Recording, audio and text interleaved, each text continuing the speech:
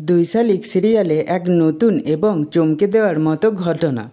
ঝিলিক পুলিশের হাত থেকে পালিয়ে গিয়েছে, আর সে গৌরব ও আখিকে খুঁজে পাওয়ার জন্য অন্যদিকে মনোযোগী হয়েছে। অন্যদিকে গৌরব একটি দুর্ঘটনার শিকার হয়, আর সেই দুর্ঘটনা ঘটে আখির গাড়ির কারণে।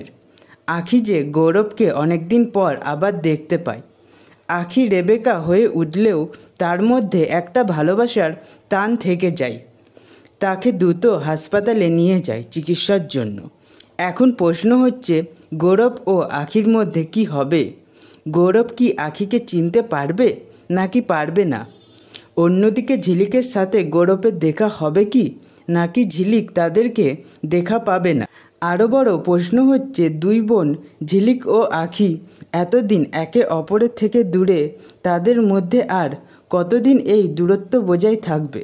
কিভাবে তারা এক হবে এবং দুই বোনের সম্পর্ক কোন দিকে নিয়ে যাবে? এই সমস্ত রহস্যের উত্তর খুঁজতে হলে আপনাদেরকে চোখ রাখতে হবে দুই শালিক সিরিয়ালের পরবর্তী পর্বগুলোতে।